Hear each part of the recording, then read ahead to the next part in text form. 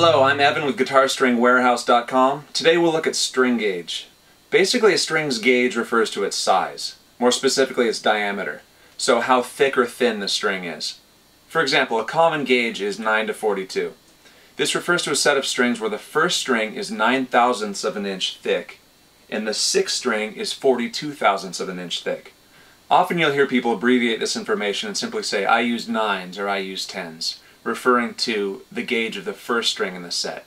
So if you say I use 9s, you're usually saying 9 to 42, and 10s typically refers to 10 to 46.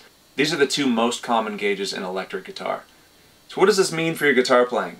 Lighter gauges are seen as easier to play. I have 9s on right now, which is relatively light.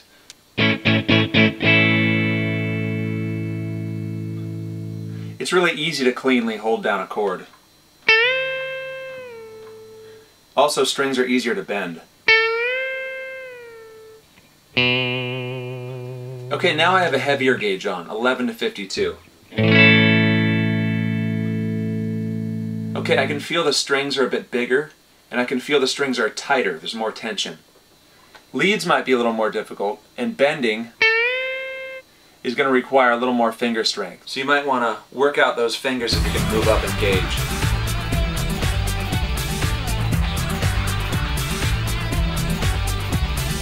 Generally, people like a heavier string for the sound. Bigger string, bigger sound. So a thicker string is going to give you more sustain, more output, a little stronger sound. Another advantage many people find with a heavier gauge is that they're harder to break.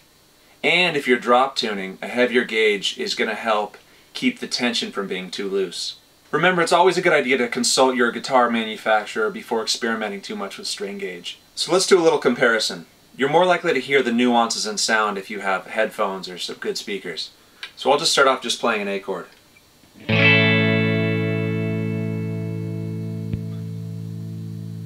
Now I'm going to control all the variables as much as I can. I'll use the same pick, keep all the knobs right where they are. Same volumes.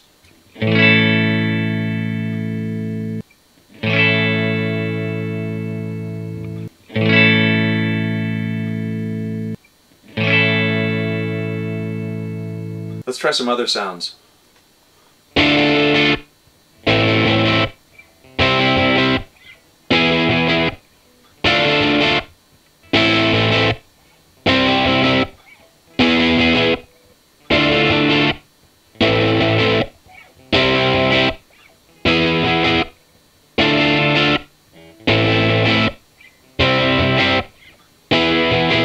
These differences are fairly subtle, especially when you start adding more effects.